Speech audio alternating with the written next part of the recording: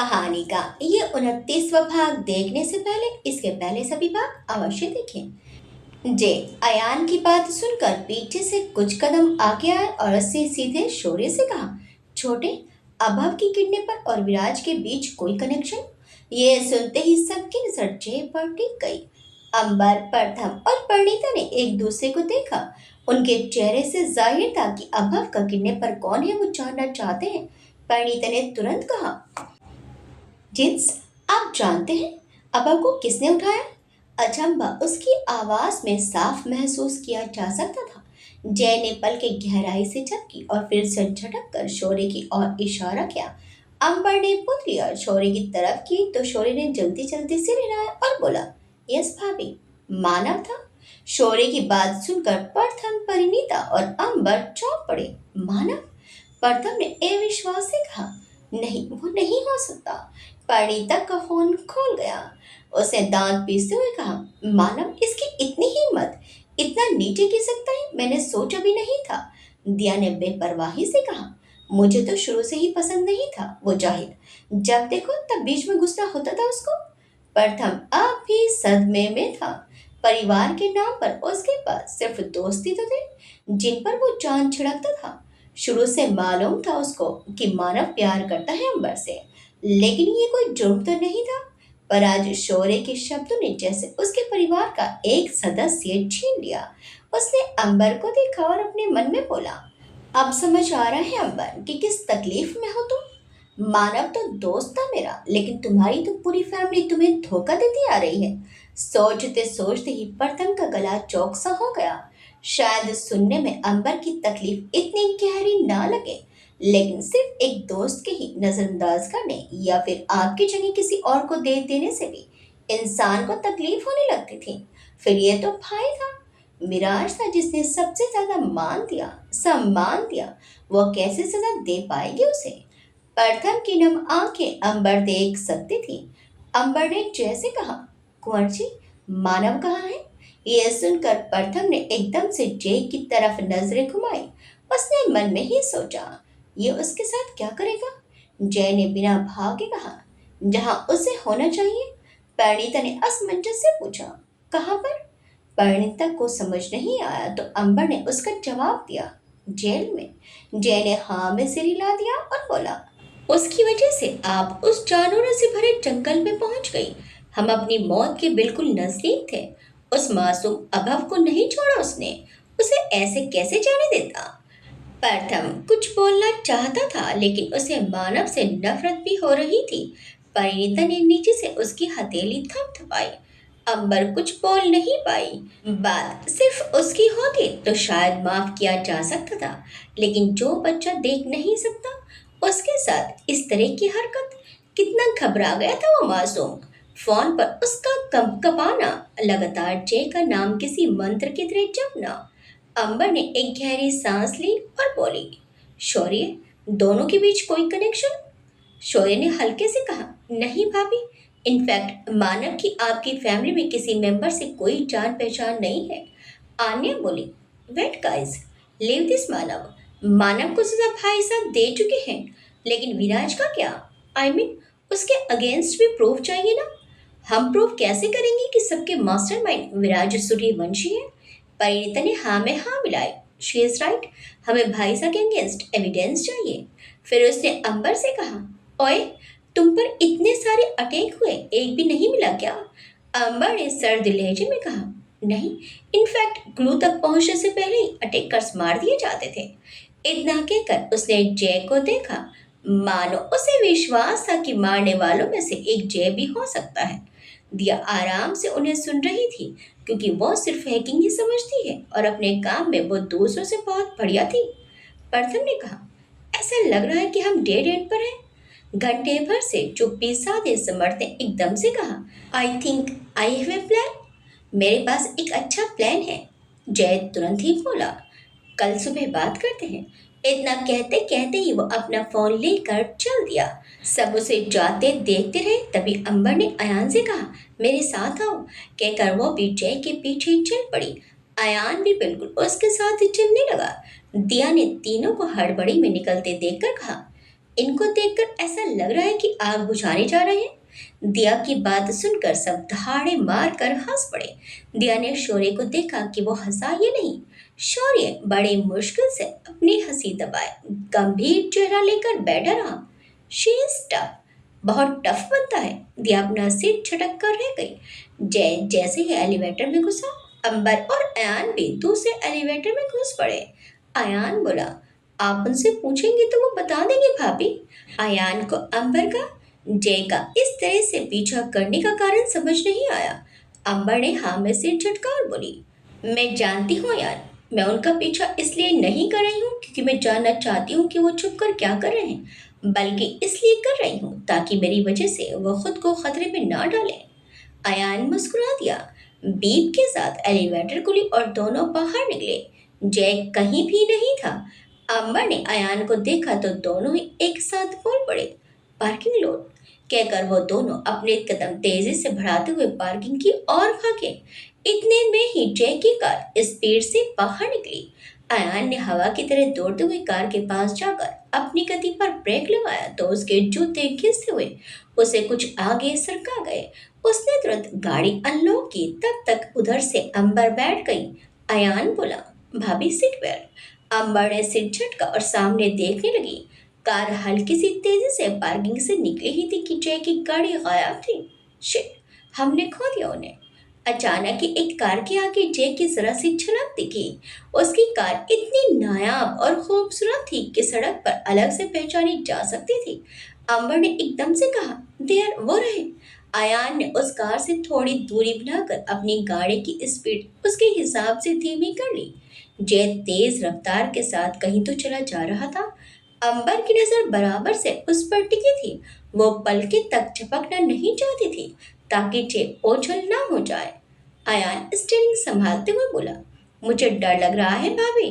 भाई साहब आपको तो कुछ नहीं कहेंगे पर मुझे नहीं छोड़ेंगे। अंबर ने शांत स्वर में कहा, वो ऐसा कुछ नहीं करेंगे। अचानक ही जय ने स्पीड बढ़ाई। इसी के साथ अंबर डैशबोर्ड पर झुककर ध्यान से देखने लगी। कुछ आधे घंटे ऐसे ही चलते रहने के बाद जय अपने उस छोटे से घर में था।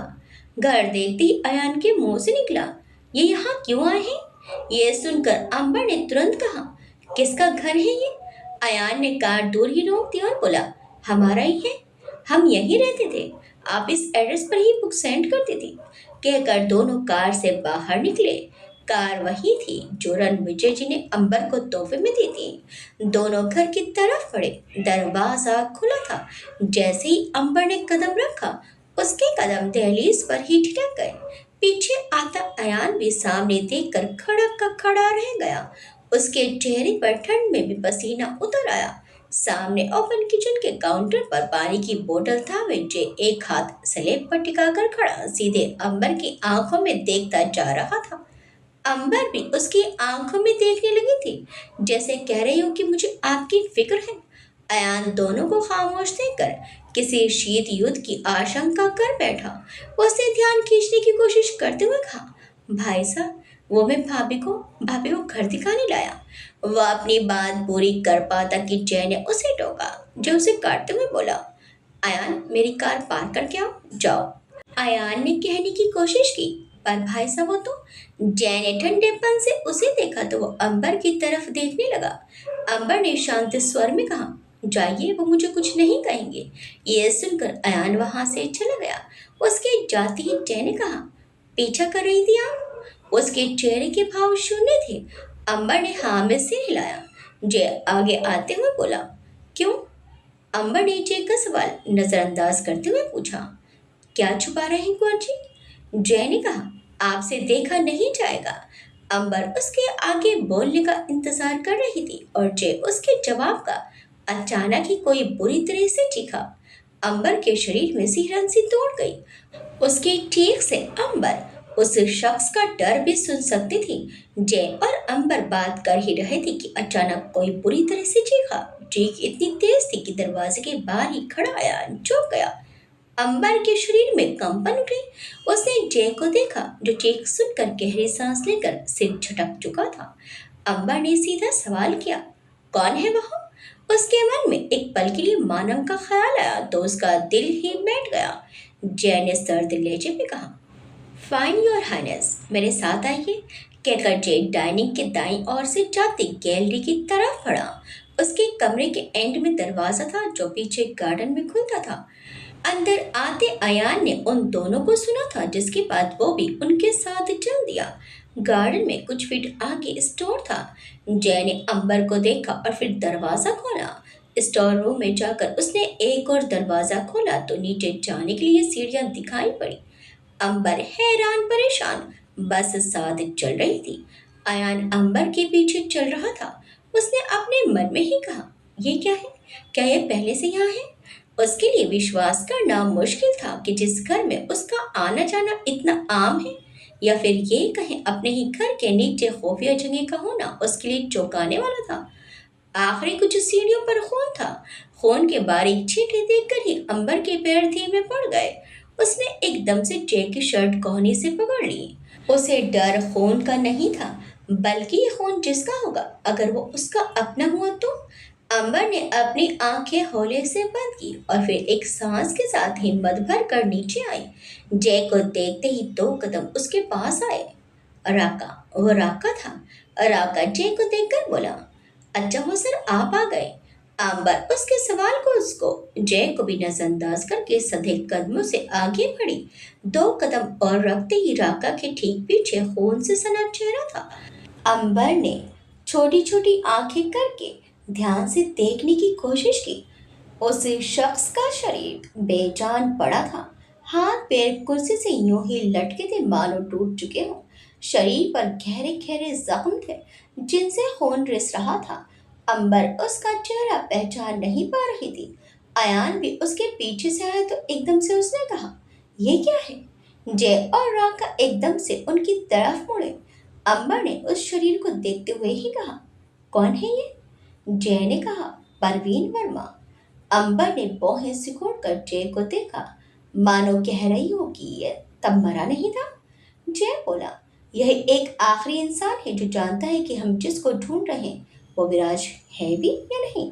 इस पर अयान बोला, बता दिया इसने? वेल, इसकी कंडीशन इतना टॉर्चर होने के बाद तो बता ही देगा। जवाब के लिए उसने राका को देखा तो राका चिढ़ते हुए बोला, नहीं सर, अभी कुछ नहीं उगला। अंबर ने जय को देखा और एक ठहराव के साथ कहा, हम किसी को मार नहीं सकते कुंवर जी। जय बोला, पर मैं इसे जिंदा तो नहीं जाने दूंगा योर हाइनेस। आप पर सिर्फ नजरें उठाने वाले को मैं नहीं छोड़ता। फिर इसने तो हाथ उठाया था, कहते हुए उसकी आवाज कड़क हो गई, ये अपनी सांसों के लिए भीख मांगेगा। अंबर वीर को हैरानी से देखने लगी। क्या ये वही शख्स है जो अपनी आवाज तक ऊंची नहीं करता, जो जय उसके इनकार पर भी सहजता से मुस्कुरा उठता है? वो किसी को मारने की सोच भी रख सकता है क्या? जय ने गंभीर स्वर में कहा, मैंने कहा था आप देख नहीं पाएंगी। मेरा मतलब परवीन के जख्मी होने से नहीं था। मेरा संकेत इस और था। मुझे सब कुछ बताने दीजिए। जब आप उस इन्फॉर्मर से मिलकर मॉल के पेस्ट्री शॉप से बाहर निकली तो उस आदमी को मारने का ऑर्डर मेरा था। जब आपकी कार का एक्सीडेंट हुआ तब आप उस अटेकर को ढूंढ रही थी, पर मैंने उसे उसी दिन मार डाला। मैंने उसे जिंदा जला डाला। अंबर ये सुनकर स्तब्ध रह गई। उस मॉल वाले आदमी के अंबर को घिनौनी नजरों से देखने की वजह से जय ने उसे मरवा दिया। उसने सारंग को जिंदा जला दिया। तभी जब उदय ने पूरे जयपुर में उसे छान मारा तो वो कहीं नहीं मिला। जितनी हैरान अंबर थी उससे कहीं ज्यादा सदमे में अयान था। अंबर ने खोए हुए स्वर में कहा, सिर्फ मेरे लिए? वो जय को दोष नहीं दे सकती, पर सिर्फ उसकी वजह से और कितने शख्स मारे जाएंगे? जय सर्द आवाज में बोला, सिर्फ आपके लिए, कहकर उसने गहरे स्वर में कहा, आप हर बार खुद को ब्लेम क्यों करती हैं प्रिंसेस? ये लोग आपके पीछे थे, मैंने उनको मार डाला, मैं हूं उनका हत्यारा। फिर खुद को दोष क्यों दे रही हैं आप? अंबर ने ऊंचे स्वर में कहा, क्योंकि मैं आपको ब्लेम नहीं करूंगी, इस जन्म में तो बिल्कुल नहीं। अगर वो जय को किसी बात के लिए ब्लेम नहीं देगी तो फिर वह खुद को ही ब्लेम करती रहेगी। राका और अयान एकदम से स्थिर हो गए। कुछ मिनटों तक तो दोनों ने सांस तक ना खींची। जय 2 कदम आगे आया। उसने हल्के से सिर झुकाकर अंबर की आंखों में देखा तो ठीक उसी समय अंबर ने पलकें उठाई। जय ने सर से लहजे में कहा, मुझसे नफरत हो रही है। अंबर की आंखों में आंसू लबलबाने लगे, गला भारी हो गया। वो बोली, अगर मुझे सूरज पसंद है तो मुझे ग्रहण को भी खुशी खुशी अपनाना होगा। कुंवर जी, मैं बस ये नहीं चाहती कि आपके हाथों कोई मारा जाए। आपने हमेशा सबको बचाया ही है और आप हमेशा सेवियर ही रहेंगे। जय की आंखों में फिर से सहजता आ ठहरी। पहली बार उसे लगा कि अंबर उससे नफरत करने लगेगी। किसी को मार डालने जैसा भयानक रूप वो कैसे अपनाएगी? पर वो गलत था। पीछे खड़े अयान और राका मुस्कुरा उठे। राका अपना चेहरा दूसरी तरफ करके अपनी मुस्कुराहट रोकने की कोशिश में था। वहीं अयान बड़ी बड़ी आंखें करके दोनों को लगातार देखता जा रहा था। थोड़ी देर बाद परवीन कुर्सी पर बैठा था, लेकिन उसकी हालत देखकर कहा जा सकता था कि उसके हाथ पैर किसी काम के नहीं रह गए हैं। अंबरजे और यान उसके सामने थे, पर राका कुर्सी के पीछे हाथ बांधे खड़ा था। परवीन जोर जोर से सांस लेते हुए अजीब अजीब सा मुंह बना रहा था। तभी जय ने कहा, उठाओ इसको। राका ने तुरंत कहा, सर। वो उठ गया। अंबर ने खुद को संभाला। वहीं जय छोटी छोटी आंखों से परवीन को होश में आते देख रहा था। परवीन दर्द के मारे करहा उठा। आह! उसकी आंखें सूज चुकी थी। उसे बांधा नहीं गया था क्योंकि उसकी हालत ऐसी थी कि वो अपने शरीर को हिला भी ना सके। लाल आंसू से भरी आंखें बेचारे के चेहरे से टपक रही थी। कटे फटे होंठ, गाल और माथे पर सोख चुकी खून की धाराएं। परवीन ने हल्के से अपने होंठ खोले तो थूक के साथ दो चार बूंद खून भी टपकने लगी। जरूर दांत टूट चुके थे। उसने हल्के से पलकें उठाई। आंसुओं से उसकी नजरें धुंधला चुकी थी। उसकी आंखों के ठीक सामने धुंधली सी लड़की दिखाई पड़ रही थी। उसने दो तीन बार आंखें मीची तो अंबर का चेहरा साफ दिखने लगा। वो अंबर को देखते ही गिड़गिड़ा उठा। मैम प्लीज प्लीज मुझे बचा लीजिए, मुझे मुझे यहाँ से ले जाइए, प्लीज पुलिस में दे दीजिए प्लीज। वो जोर से रो पड़ा। अंबर को कोई फर्क नहीं पड़ा। उसने बिना किसी भाव के कहा, प्रथम और परिणीता की किडनैप का ऑर्डर किसका था? वो बोला, मैम मैं नहीं जानता प्लीज। वह कुर्सी से अपने घुटनों पर गिरकर अंबर के कदमों में आ पड़ा। जे अपने पैंट्स को घुटने से हल्का सा सरका कर एक घुटना जमीन पर टिका कर उसके सामने बैठ गया। अचानक ही परवीन गला फाड़ कर चीखा। अंबर चौंक कर पीछे हटी। अयान की आंखें फैल गई। खून सफेद फर्श को लाल कर गया क्योंकि कुछ ही पलों पहले जय ने अपनी जेब से कटार निकाली और परवीन के घुटने में घुसा डाली। कटार इतनी तेज घुसी जैसे वो हड्डियों को भी चूर कर गई होगी। परवीन फर्श पर फड़फड़ाने लगा। जय ने कहा, कौन है? परवीन फड़फड़ाते हुए बिना में सिर हिला रहा था। जय ने सिर झटका और फिर राका से कहा, राका थोड़ा पानी लाओ। अयान के मुंह से निकला है। वो कुछ समझा नहीं, लेकिन राका वहां से अटैच दूसरे कमरे में पहुंचा। वो शायद किचन था। परवीन का चीखना बंद नहीं हुआ था। अंबर ने चिढ़ते हुए कहा, परवीन जस्ट टेल मी, मैं तुम्हें जाने दूंगी। परवीन की चीख से अंबर की आवाज तक कर रह गई। इतने में ही राका आया। उसके हाथ में बोतल थी जिसकी बॉडी ब्लैक और ढक्कन कॉपर का था। उसने जय की ओर बोतल बढ़ाई और बोला, सर पानी। जय ने बोतल लेते हुए राका को देखा तो उसने हाँ में सिर झुकाया। जय ने बोतल खोली तो उसमें से भाप निकल रही थी। अंबर की भौहें उठ गई। अयान ने एकदम से कहा, भाई साहब। जय ने उसे पूरी तरह से अनसुना किया और फिर अपनी कटार पर पतले सी धार के साथ उबलता हुआ पानी डालने लगा। कटार जो परवीन के घुटने में धंसी थी। परवीन अपना घुटना पकड़कर पूरी तरह से चीखा। उसकी आवाज इतनी तेज थी कि अयान और अंबर कुछ कदम दूर हो गए। गर्म पानी उसके ताजे जख्म पर नमक से भी ज्यादा भयंकर जलन दे रहा था।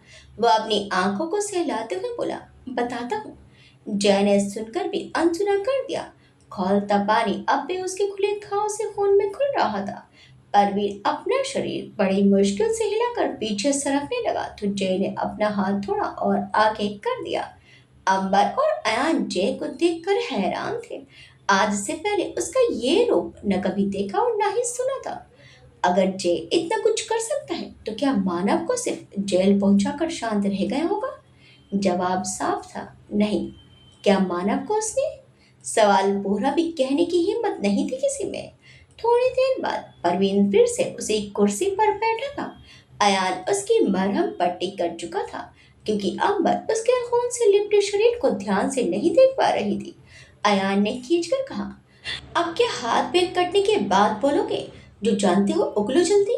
परवीन ने बड़ी बड़ी आवाज में कहा, आप सब जिसको भी ढूंढ रहे हो, मैं उसका चेहरा नहीं जानता।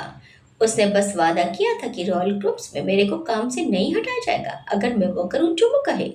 अंबर ने उसे घूरते हुए कहा, तुम उसके सपने में आए थे कि सुबह नींद खुली और उसने तुमसे अपना काम करवाने का सोचा? परवीन ने तुरंत कहा, मैं सच बोल रहा हूँ मैम, उसने खुद मुझसे कांटेक्ट किया था। जय ने पूछा, उसके बाद मैंने को बोला कि एयरपोर्ट की फुटेज से मैम के फोटो निकालना है। उसके बाद पापा जिस प्रेस में काम करते थे उधर उसको प्रिंट करवाना है। वो हल्के से राजस्थानी एक्सेंट में बोलता था। उसको सुनते ही जय और अंबर ने एक दूसरे को देखा।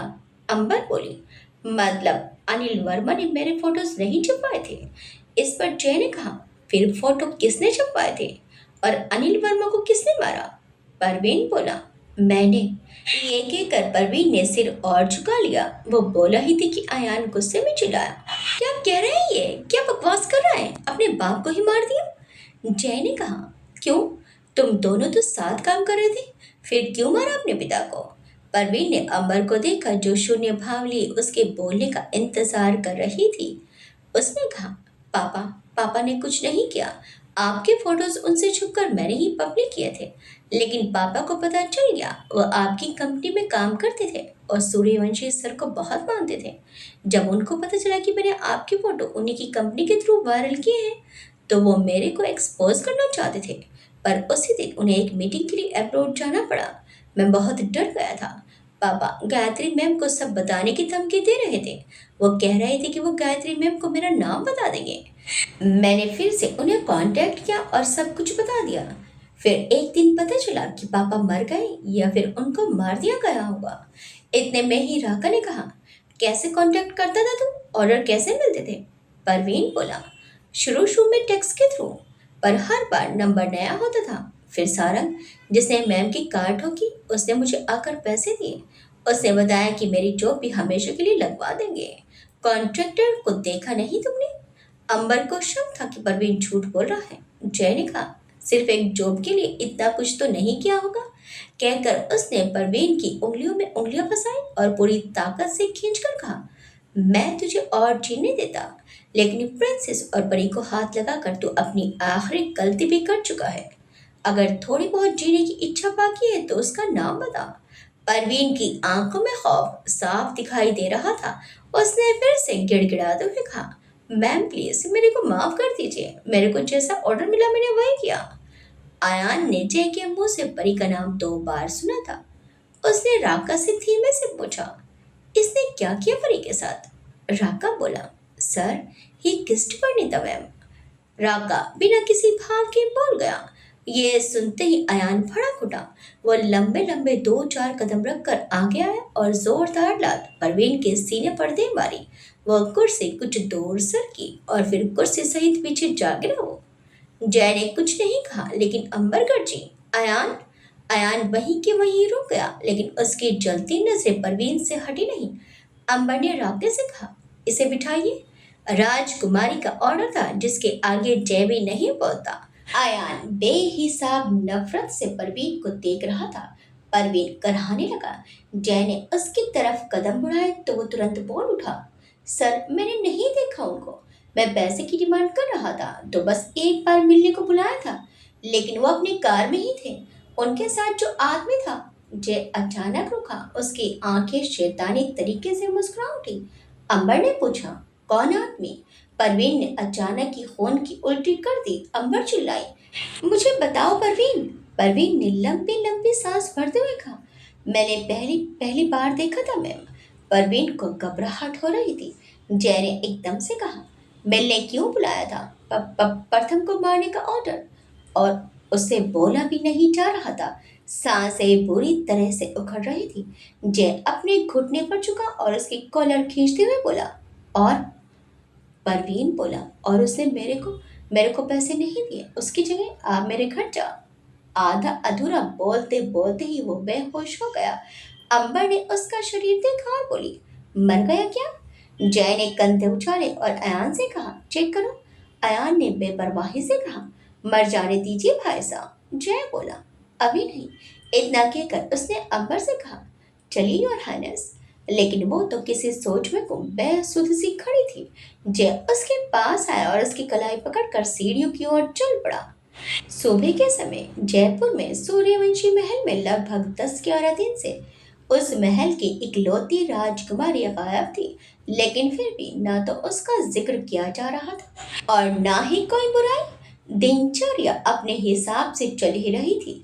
लेकिन कुछ 2 दिन से गायत्री जी भी नहीं थी महल में। 2 दिन पहले वो लाइब्रेरी साफ करवा रही थी जब उन्हें एक फोन आया। जिस दशा में वो थी उसी दशा में वो महल से निकल गई। मंदिर परिसर में खड़ी रत्ना जी और शाम को ही लौटे विराज, सर्वेश जी और अभिमन्यु तीनों ही उन्हें महल से जाता देखते रह गए, क्योंकि गायत्री जी से सवाल करना मतलब खुद की बेइज्जती करवाना। खैर, सुबह सब नाश्ता करने बैठे थे। बिजनेस मैगजीन पढ़ता हुआ विराज जूस का गिलास होठों से लगाए हुए था। मैगजीन का कवर पेज पर एक बिजनेसमैन की खूबसूरत फोटो लगी थी और मैगजीन के अगले ही पन्ने पर वेशभूषा नाम बड़े बड़े अक्षर में लिखा गया था।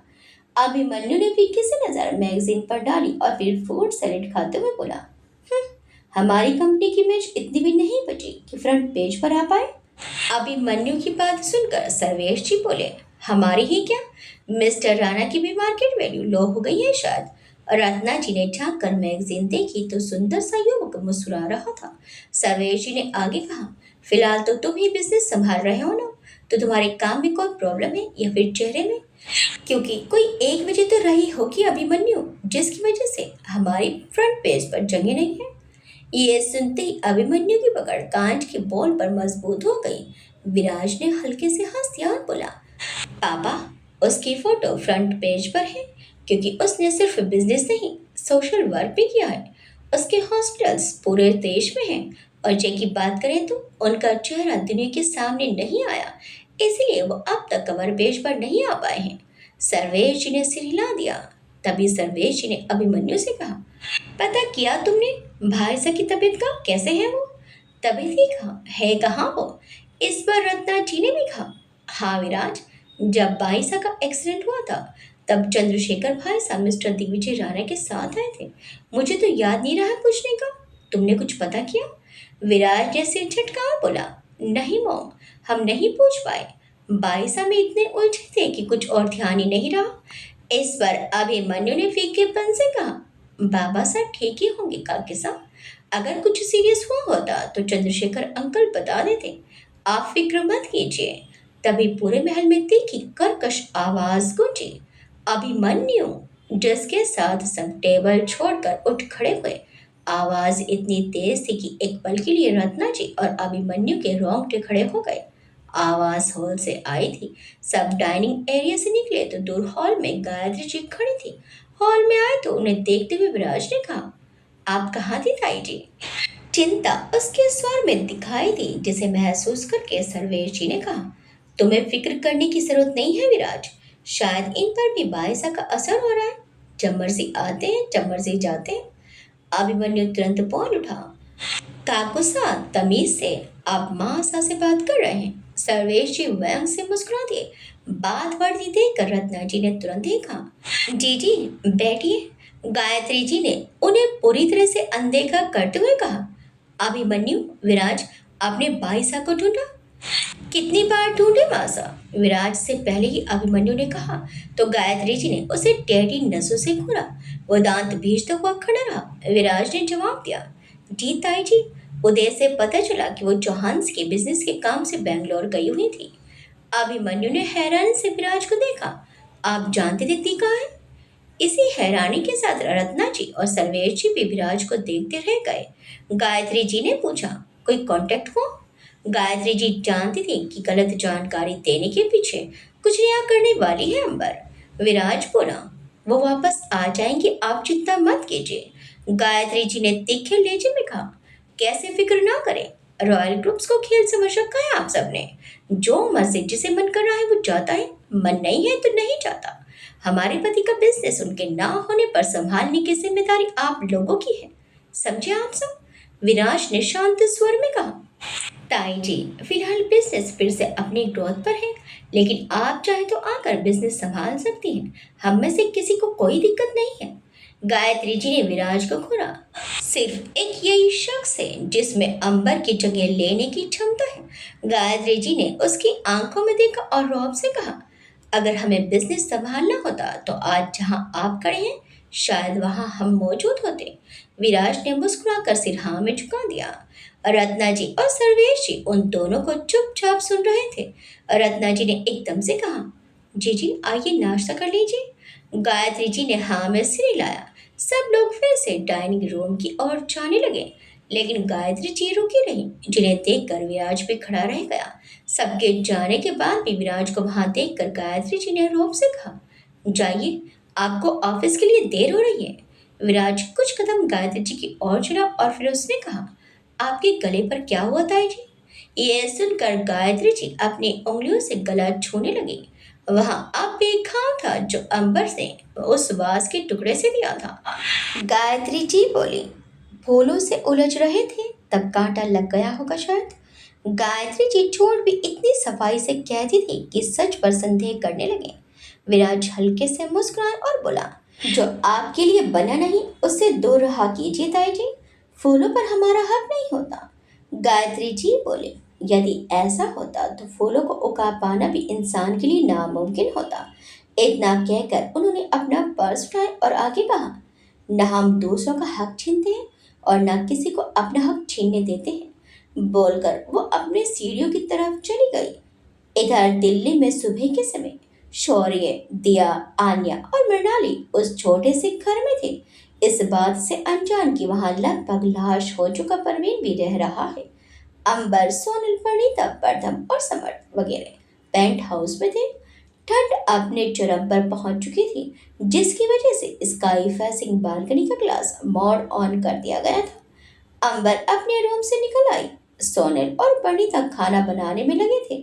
अंबर हॉल से होती हुई किचन में जा ही रही थी कि उसकी नजर झूले पर बैठे समर्थ पर गई। उसके कदम उसे देख कर ठहर गए। समर्थ अपने लैपटॉप पर हमेशा की तरह कुछ तो कर रहा था। ये लड़का सिर्फ उसके लिए वेगस से आया। रेस्टोरेंट से लौटते हुए वो मरने वाला था, लेकिन फिर भी वो अंबर को छोड़कर नहीं भागा। उसके बाद परवीन ने जो किया, अगर समर्थ ना होता तो वो प्रथम और परिणीता को बचा नहीं पाती। अंबर जानती थी कि समर्थ की भावनाएं क्या है, पर वो कुछ कर भी नहीं सकती थी। उबासी लेते हुए समर्थ ने सिर उठाया तो अंबर को अपनी तरफ देखता देखकर मुस्कुरा दिया। गुड मॉर्निंग अंबर, उसने कहा। अंबर ने पलकें झपकी और बोली, मॉर्निंग। तभी कुछ अजीब सी आवाज ने दोनों का ध्यान खींचा। प्रथम अपने कमरे से साइड क्रच के सहारे चला रहा था। उसको देखते ही अंबर उसकी तरफ बढ़ी। किसी को आवाज दे तो प्रथम गिर जाओगे। प्रथम ने हल्के से कहा, कहाँ गई थी रात में? मैं बहुत देर तक जाग रहा था, पर तुम पता नहीं कब आई। अंबर ने उसे उठाया और जवाब दिया, परवीन से मिलने। प्रथम और समर्थ चौंक उठे तो अंबर ने शांत स्वर में कहा, सबको आने दो, फिर डिस्कस करते हैं। परिणीता और सोनल दो दो ट्रे लेकर हॉल में ही आ गए। सोनल पूरे हॉल में नजर मारने लगी। उसे कुछ ढूंढता देखकर समर्थ ने कहा, अपना दिमाग ढूंढ रही हो क्या? सोनल ने मासूमियत से सिर हिलाया तो सब खिलखिला उठे। परिणीता ने तिरछी नजरें समर्थ पर डाली और बोली, क्यों सोनल, दिमाग ढूंढ रही हो या फिर दिल? आजकल बड़ा भटक रहा है ना?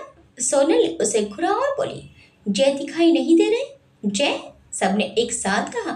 परिणीता ने भी ध्यान दिया। कल चिप्स लौटे नहीं थे क्या? सोनल ने नाम इसलिए लाया, बोले, नहीं आ गए थे। तो परिणीता ने कहा, जाओ और जगाओ उन्हें। शौर्य कह रहा था मीटिंग काफी हैवी थी उनकी, वो शायद सो रहे होंगे। अंबर सीढ़ियों से ऊपर चली गई। सुबह सुबह गुलाबी धूप में म्यूजिक रूम और उसमें रखे इंस्ट्रूमेंट्स और भी नायाब और खूबसूरत लग रहे थे। अंबर ने कमरे में नजरें दौड़ाई तो लंबे सोफे पर जय पहला पहला सा सो रहा था। उसका एक पैर टेबल पर था और दूसरे से बाहर लटक रहा था। शर्ट के बटन खुले थे, हालांकि शर्ट भी सिकुड़ गई थी। बिखरे बिखरे बाल और बढ़ चुकी दाढ़ी किसी भी प्रकार से वो इस वक्त वो चैन नहीं दिख रहा था जिस पर लड़कियां मरती हैं। फिर भी इस अवस्था में भी वह खूबसूरत और शांत था। उसे देखकर अंबर मुस्कुरा उठी। वो आगे आई और फिर स्टैंड पर लगी गिटार पर ही उल्टी सीधी उंगलियां फिराने लगी। गिटार से इतनी खराब आवाज आ रही थी कि जय ने हल्के से आंखें खोली और गिटार की तरफ देखा। अंबर खड़ी थी, पेल ग्रीन टी शर्ट और साथ ही पूरी बैगी पैंट्स पहने। जय ने उन्नीदी होकर कहा, मुझे सच में अभी और सोना है। I really need a sleep princess. Ambar बोली, ठीक है, सब नीचे वेट कर रहे हैं, आप नींद पूरी करके आइए। बेहद ही सादगी से कहकर वो वापस जाने लगी। जय ने करवट बदली और बोला, राइल्स कैसे पसंद हो सकता है आपको? क्या? अंबर को समझ नहीं आया। जय ने कहा, वो बुक जो आपने भेजी थी, इट एंड्स विद अस। अब समझ आया कौन राइल्स? अंबर ने मुस्कुराकर पूछा। मैंने सोचा ही था कि आप नहीं पढ़ेंगे आखिरी नॉवल। ये सुनते ही जय बैठ गया और बोला, मैंने एक भी नहीं पढ़ी। मिली ने रैंडमली कोई पेज खोलकर पढ़ा था। वो क्रोध था योर हाइनेस। फिर आप उसे कैसे पसंद कर सकती हैं? अंबर ने नाम में गर्दन हिलाई और बोली, आप पढ़कर यही सवाल फिर से कीजिएगा, ओपिनियन बदल जाएगा। इतना बोलकर वो दरवाजे की तरफ बढ़ी और बोली, रूम में लाइब्रेरी बनवाने के लिए थैंक्स। बोलकर वो नीचे चली गई। अंबर जिस रूम में रह रही थी उसमें अटैच थी एक खूबसूरत और चुनिंदा किताबों से भरी लाइब्रेरी। अंबर पूरे पूरे दिन कमरे में बंद रहती थी, उन्हीं किताबों से घिरी हुई। अंबर की जाने के बाद जय फिर से सो गया, लेकिन मुस्कुराते हुए। रात के समय इंटरनेशनल एयरपोर्ट जयपुर पर परिणीता व्हील चेयर को धकेलती हुई आ रही थी, जिस पर प्रथम बैठे बैठे मोबाइल चला रहा था। परिणीता की होंठों की मुस्कुराहट बता रही थी कि उसे कितना अच्छा लगता है प्रथम के लिए कुछ करना, और बुरा लगता है जब प्रथम उसके लिए कुछ करे, क्योंकि वो हमेशा आदेश के तहत ही होता है। समर्थ और दिया अपने कंधों पर बैग लादे सबसे पीछे चल रहे थे, जिनके साथ फोन पर लगी सोनल भी थी। शौर्य कुछ कुछ बोलते हुए अंबर के साथ एक्सीलेटर से उतर रहा था। शौर्य ने चेहरे पर मास्क और सिर पर टोपी पहनी हुई थी। शौर्य ने मास्क सही करते हुए अंबर से कहा, भाभी। अंबर ने सामने से नजरें हटाकर शांत आंखों से शौर्य को देखा तो उसने आगे कहा, मैं महल चलूं आपके साथ? वहां खतरा हो सकता है। अंबर बोली, खतरा तो है शौर्य। अंबर ने फिर से सामने देखते हुए कहा, इसीलिए आप महल नहीं आ सकते। शौर्य ने तुरंत कहा, भाई साहब ने मुझे आपके साथ रहने का ऑर्डर दिया है, मैं उन्हें मना नहीं कर सकता। अंबर ने उसे गौर से देखा और बोली, तो मुझे मना कर सकते हैं आप? यह सुनते ही शौर्य का सिर झुक गया। अंबर की आंखें मुस्कुरा दी। दोनों गेट के पास आए तो वहां कार्स पहले से खड़ी थी। सब रुक कर किसको कहाँ जाना है इस सोच में पड़ गए। अंबर ने परिणीता को देखा और बोली, सबको सुष्मिता आंटी के घर ले जाओ, मैं और दिया सीधा महल जाएंगे। सोनल बोली, एक सेकंड। सोनल ने अचानक से सबका ध्यान खींचा। उसने आगे कहा, एक्चुअली मुझे हॉस्पिटल जाना है। वैसे भी मैं जयपुर में ही रहती हूँ तो मुझे घर जाना है। मैं जाऊँ ना अंबर? अंबर ने सहमति से पलकें झपकी तो सोनल निकल गई। लेकिन तभी प्रथम एकदम अंबर से बोला, अभी मत जाओ अंबर, रात हो रही है, सुबह निकल जाना। उसके रुकते ही समर्थ ने कहा, ही इज राइट, हम घर चलते हैं, वहां चलकर डिसाइड भी कर लेंगे कि आगे क्या करना है। अंबर ने नाम में सिर हिलाते हुए बोलने के लिए मुंह खोला ही था कि परिणीता बोल पड़ी, हर बार मनमानी क्यों करनी होती है तुम्हें? अंबर बोली, जैसा मैंने कहा है वैसा करो। ये कहकर अंबर ने समर से कहा, मिसेस सिंह से कांटेक्ट करना, उनके लिए तुम उन्हीं के एम्प्लॉय हो तो कोशिश करना कि मेरे अलावा सूर्यवंशियों में से कोई और उनसे बात ना करे। क्यों? प्रथम और समर्थ ने एक साथ पूछा तो अंबर बोली, जो कहा है वो करो, आगे का डिस्कशन मेरे महल पहुंचने के बाद। चलो। दिया से कहकर अंबर कार की तरफ बढ़ गई। बाकी सब अपनी अपनी कार्स की तरफ बढ़े। दरअसल समर्थ को जब पता चला कि मिसेस सिंह रॉयल ग्रुप्स के साथ कोई डील करने वाली है तो अंबर से मिलने की चाहत में उसने मिसेस सिंह के यहाँ जॉब कर ली थी। दिया भी अंबर की ओर चली कि तभी अचानक से आवाज आई, दिया। दिया ने हल्के से सिर टेढ़ा किया तो शौर्य खड़ा था। उसको देखते ही दिया के होंठों पर तिरछी मुस्कुराहट उभर आई। उसने बाहें उछाली तो शौर्य ने कहा, भाभी का ख्याल रखना। दिया ने व्यंग से हंसकर कहा, भाभी के साथ साथ अपना भी ख्याल रखना, कम से कम यही कह दो मिस्टर राणा। घिस जाओगे क्या?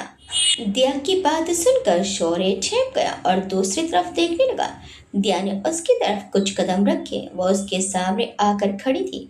उसने अपनी गहरी नजरों से शौर्य की निगाहों में देखा और बोली, पता है क्या शौर्य, मैं कभी भी किसी की पहली पसंद नहीं रही। तुम्हारी भाभी वो पहली थी जिसने मुझे मेरे स्वभाव के साथ अपनाया। पूरे कॉलेज में शायद ही मुझसे ज़्यादा बदतमीज कोई और हो, लेकिन वो प्रिंसेस होकर भी मेरी नादानी सुनकर शांत रह जाती थी। वो मेरी माँ की तरह है। मेरी पूरी फैमिली है परी, परतम और अंबर, और मैं उनके लिए किसी को भी मार सकती हूँ और मर भी सकती हूँ। Mark my words. सूर्यवंशी महल में वो मेरी जिम्मेदारी है, बट तब उसे अच्छी तरह से ट्रीट करना जब वो तुम्हारे घर आएगी। इतना बोलकर उसने शौर्य का कंधा थपका और बिना मुड़े चल दी। शौर्य उसे जाते हुए पीछे से देख रहा था। एकदम पतली दुबली सी, बाल इतने लंबे कि घुटनों तक आते हो तो भी उसमें संदेह नहीं था। उसने अपने कंधे पर छुआ जहां दिया ने थपकी दी और होले से मुस्कुरा पड़ा। इधर अंबर ने जैसे ही कार का गेट खोला, उसमें ऑरेंज और सफेद कैमलियास का बुके रखा हुआ था। अंबर अंदर बैठी तभी दूसरी तरफ से दिया भी आकर बैठ गई। उसने फूल को देखते हुए कहा, नाइस कॉम्बिनेशन मैन। अंबर जवाब ना देकर उनमें से जरा से झांकते नोट को देखने लगी, पर उतने में ही दिया ने नोट निकाला। अंबर ने चुटकी से उसकी तरफ घुमाया और गहरे स्वर में कहा, डी मुझे दो। दिया सारे दांत दिखाकर बेशर्मी से मुस्कुराई और पीछे होकर उसने नोट खोला। उस पर हिंदी में लिखा था, मैं जानता हूँ आप जिद्दी हैं, सीधा महल ही जाएंगी, तो वहां पहुंचकर सरप्राइज के लिए रेडी रहिएगा। एंड मोस्ट इम्पोर्टेंटली सबका और अपना ध्यान रखिएगा। जय। दिया पढ़कर खत्म कर रुक भी नहीं पाई कि अंबर ने झटके से उसकी कलाई पकड़ी और फिर अपनी तरफ खींचकर उससे नोट ले लिया। वह गंभीरता से उस नोट को पढ़ने लगी। उसकी नजरें सरप्राइज शब्द पर अटक चुकी थी। व्हाट? दिया को कुछ नहीं समझ आया। अंबर ने सोचते हुए कहा, सरप्राइज क्या है? दिया ने बेफिक्री से कंधे उछाले और बोली, अरे कौन इतना दिमाग लगाए, महल जाकर देखते हैं। फिर उसने ड्राइवर से कहा, ब्रो लेट्स गो। उसके कहते ही कार चल पड़ी। अंबर ने फूल बैग में डाले और एक आखिरी दवा देखकर चैन सरका दी। दिया कनखियों से राजकुमारी को देख रही थी। अंबर का खिला हुआ चेहरा उन्हीं ताज़ा फूलों की तरह था जिन पर जय ने उसका नाम लिखा। फर्क सिर्फ इतना था कि फूलों की तरह चेहरे पर अंबर नहीं, बल्कि जय का नाम था। दिया की आंखें देखते देखते नम कर गईं। हैरानी की बात थी कि उस लड़की की आंखों में भी नमी हो सकती है, पर ये आंखें सबूत थी इस बात का कि अंबर उसके लिए बहुत जरूरी है। अंबर को खुद पर नजरें महसूस हुई तो उसने दिया को देखा। खिड़की से आती धूप उसकी नम आंखों पर पड़ रही थी। अंबर ने बाहें उठाकर कहा, क्या रोना क्यों आ रहा है? दिया ने सिर हिलाते हुए कहा, बहुत खास है ना जीजू। अंबर सहजता से मुस्कुराई। उसने अपनी जैकेट निकालते हुए कहा, बहुत ज्यादा। क्या तुम्हें रिग्रेट हो रहा है? दिया ने भी अपना लूज वूलन स्वेटर निकाला और बोली, नहीं जाना चाहिए था शादी छोड़कर। अंबर बोली, हाँ ये सच है, ट्रू। फिर उसने एक पल सोचकर कहा, पर धरा का वीर से मिलना भी उतना ही जरूरी था जितना अंबर और जय की शादी। मम्मा का मानना था कि जो भी होता है उसके पीछे कोई अच्छा कारण होता है, और मुझे उनकी कही बातों पर विश्वास है। दिया ने अपना निचला होंठ चबाते हुए कहा, अबे हाँ, उस दिन वेगस में नाइट में तुमने मुझे धरा का नाम बताकर छोड़ दिया था, और अब वीर कौन है भाई? और जीजू से कहाँ का कंपेयर कर रही हो? जल्दी से मुझे सब कुछ बताओ। अंबर बोली, चिल चिल, इतना ओवर एक्साइटेड होने की क्या बात है? पूछो तो बता दूंगी। अंबर ने उसे शांत करते हुए कहा तो दिया जल्दी से बोली, चलो पूछ लिया अब बको, मतलब बताओ। अंबर ने सिर झटका और फिर वेगस की फ्लाइट चढ़ने तक का पूरा वाक्य कह सुनाया। वो कुछ बोलने को ही पर अंबर ने एकदम से उसके मुंह पर हथेली रख दी। दिया चौंक गई तो अंबर ने बाहर की तरफ इशारा किया और बोली, श्श। वो लोग महल के मुख्य दरवाजे से अंदर प्रवेश कर रहे थे। दिया शीशा नीचे करके महल देखने लगी। कुछ दूर खूबसूरत रंग बिरंगा लिपा पुता महल था। कार कुछ 2-4 मिनट में रुकी। गार्ड्स ने अंबर को देखते ही दरवाजा खोला तो अंबर उतर गई। दूसरी तरफ से दिया नीचे आई उसने अपना बैग और स्वेटर उठाया और अंबर के साथ आगे बढ़ी। अंबर एक लंबा सा गलियारा पार करके हॉल में आई। रात का समय था। अंबर ने अपनी कलाई घड़ी में समय देखा तो 10:30 बज चुके थे। जाहिर था इस वक्त तक खाना खाकर सूर्यवंशी या तो टहल रहे होंगे या फिर अपने अपने कमरों में पहुंच गए होंगे। अंबर के हॉल में आते ही वहां कुछ महिला कर्मचारी आ गई। अंबर ने उनसे कहा, सब कहाँ हैं? महिला ने सिर झुका रखा था और उसी तरह से कहा, भाई साहब वो पूल साइड है, आप कहें तो मैं उन्हें खबर कर दूं। अंबर ने हल्के से सिर हिलाया और बोली, आप जाइए। पीछे से दिया आई। उसने शक भरे लहजे में कहा, ब्रो, यहाँ ठंड में स्विमिंग करने का रूल है क्या? अंबर ने कंधे उठाते हुए कहा, चलो देखते हैं। सरप्राइज कहा था ना जीजू ने।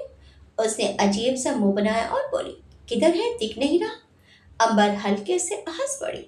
अंबर 2-3 गलियों में चलती हुई महल के मध्य भाग में पहुंची, जहां पर पूल तो था पर साथ ही वो जगह गेट टुगेदर यानी जब परिवार को एक साथ बैठकर धमाल मस्ती करनी होती होगी तो उसी एरिया का इस्तेमाल होता होगा। अंबर गलियारे को पार करके पूल एरिया में निकली। उसके पैर उस कोने पर ही ठिठक गए। उसका दिमाग एक पल के लिए शून्य हो चुका था। उसकी आंखों में आंसू उमड़ना चाहते थे, लेकिन कुछ ना सोचने की स्थिति में भी वो अपने आंसू आंखों में ही रोके खड़ी थी। इसी कोशिश के चलते उसकी पकड़ बैग पर कस गई। दिया कभी सामने तो कभी अंबर को देख रही थी। बाबा साहब, अंबर बोली। सामने रघुवीर जी शांत भाव लिए सोफे पर बैठे थे। उसके मुंह से हौले से निकला जिसे वहां दूर खड़े लोग सुन भी ना पाए। दिया ने उसकी पीठ पर हाथ रखा और धीमे से बोली, थोड़ी तेज आवाज में बुलाओ। अंबर ने गहरी सांस भरी और फिर ऊंचे स्वर में कहा, बाबा साहब। गायत्री जी, अभिमन्यु, विराज और रत्ना जी और सर्वेश जी 2 हफ्ते बाद अंबर को देखकर हैरान थे। आज ही रघुवीर जी और आज ही अंबर आ पहुंची। उसकी बुराई करने का मौका गंवा दिया सूर्यवंशु ने। अंबर अपनी जगह पर ही खड़ी रही। रघुवीर जी उन्हें देखते ही उठे। वो पहले से जानती थी कि रघुवीर जी कोमा में नहीं है, लेकिन जानना और आंखों से देखने में धरती और अंबर जितना ही अंतर होता है। उन्हें सही सुरक्षित देखकर अंबर निश्चित थी, लेकिन उनका इस महल में होना भी उसकी चिंता का कारण था। दिया मन ही मन मुस्कुरा उठी। उसने खुद से ही कहा, जीजू आप कमाल हो, यू आर जस्ट अनएक्सेप्टेबल। समझ नहीं आता आप ज्यादा खुशकिस्मत हैं या अंबर। इतने में ही विराज की आवाज उसके कानों में पड़ी। भाई साहब आप आ गए, हम आपके बारे में ही बात कर रहे थे। कहते हुए ही विराज की नजर दिया पर पड़ी तो उसने भी पागलों की तरह सारे दांत दिखा दिए। अंबर भारी कदमों को रखते हुए आगे पहुंची। इसी बीच उसकी नजरें गायत्री जी पर भी पड़ी और उनके गले में लगे घाव पर भी। और रघुवीर जी ने गंभीर निगाहें उसके पास आने तक टिकाए रखी। अंबर के चेहरे पर कट का निशान अब भी था, वही घाव जो परवीन से भागने में उसे लगा था। रघुवीर जी ने उसके चेहरे पर निशान देखा तो उनकी मुट्ठियां भींच गई। अंबर उनके पास आई तो उन्होंने झुककर उसके पैर छुए। अंबर ने हौले से उनके सिर पर हाथ रखा। जब वो उदयपुर में थे, जब सिर्फ व्हील चेयर पर बैठे बैठे ही अंबर को देख सकते थे, वो अंबर से सच्चाई छुपाना चाहते थे जो छुप ना सके। अंबर उनके ठीक सामने खड़ी थी। रघुवीर जी ने गहरे स्वर में कहा, अनिरुद्ध ठीक है? सबके लिए अंबर चौहान के बिजनेस के काम से गई थी। सिर्फ गायत्री जी सच जानती थी। जी बाबा साहब, वो ठीक है। अंबर के मन का हाल उसकी आवाज में बिल्कुल नहीं झलका। आगे क्या कहें या फिर चुप रहना बेहतर होगा। वो इन्हीं विचारों में डूबी थी कि अंबर ने दिया को बोलते हुए देखा। Hello uncle. रघुवीर जी ने मुस्कुराकर कहा, वेलकम बेटे। दिया ने सबको देखकर नमस्ते की तो अंबर ने उसका परिचय कराया। ये दिया मेहरा है, हम कॉलेज में साथ पढ़ते थे। इसके बाद अंबर ने रघुवीर जी से कहा, आप ठीक है बाबा साहब? रघुवीर जी बोले, हाँ भाई साहब, हम बिल्कुल स्वस्थ और दुरुस्त है, पर सफर की थकान आप दोनों के चेहरों पर दिखाई दे रही है। इतना कहकर रघुवीर जी ने गायत्री जी से कहा, दिया को रूम दिखा दीजिए और दोनों के खाने का प्रबंध कीजिए। हम लाइब्रेरी में हैं। देखें, हमारे नहीं होने पर आप सबने रॉयल ग्रुप्स को कितना संभाला है। इतना कहकर उन्होंने सब पर उड़ती निगाहें डाली और वहां से निकल गए। उनके जाते ही दिया ने गायत्री जी से कहा, आंटी मेरे लिए रूम अरेंज करने की जरूरत नहीं है। अंबर के साथ एडजस्ट कर लूंगी, कहकर वो बहुत मासूमियत से मुस्कुरा दी। ये देखकर गायत्री जी की भौहें सिकुड़ गई। तब तक विराज ने कहा, बाईसा के रूम में क्यों? ये महल बहुत बड़ा है, कोई भी रूम ले लीजिए मिस मेहरा। दिया बोली, डी, आप लोग मुझे डी कह सकते हैं। कहते हुए उसने अंबर को देखा और बोली, अरे तुम कुछ बोलो ना, मैं तुम्हारे साथ रूम शेयर करूं तो कोई दिक्कत है तुम्हें? अंबर ने विराज से कहा, भाई साहब वो नहीं मानेगी, उसे मेरे रूम में ही रहने दीजिए। गायत्री जी ने रत्ना जी से कहा, रत्ना चलो कुछ खाने के अरेंजमेंट्स देखते हैं। बोलते हुए वे और उनके पीछे रत्ना जी निकल गई। सर्वेश जी खड़े खड़े अपना फोन चला रहे थे। जिस तरह एक ही दिन में रघुवीर जी और अंबर वापस लौटे, उसके बाद तो वो कुछ कर नहीं सकते। थोड़ी देर बाद अंबर के कमरे में दिया अपना लैपटॉप खोलकर उस क्वीन साइज पलंग के बीचों बीच बैठी थी। अभी अभी उसने वेंकस वीडियो कॉल करके अपने बच्चों से बात की थी।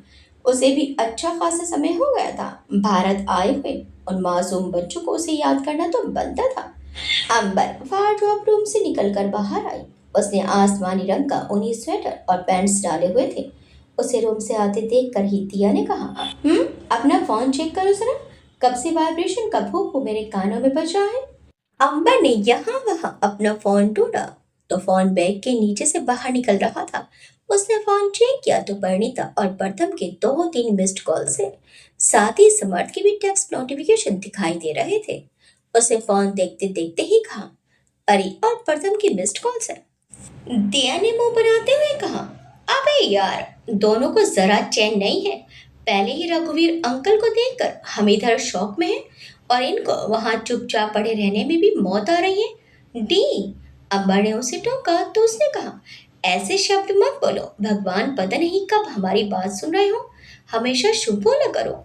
दिया ने कान पकड़े और होंठों ही होंठों में सॉरी कहा। इस पर अंबर बोली, बस आगे से याद करना, फिलहाल तो कॉल कनेक्ट करो। दिया समझ रही थी कि अंबर रघुवीर जी के बारे में बात करना नहीं चाहती। शायद भावनाओं को ना संभाल पाना इसकी पहली वजह हो सकती है।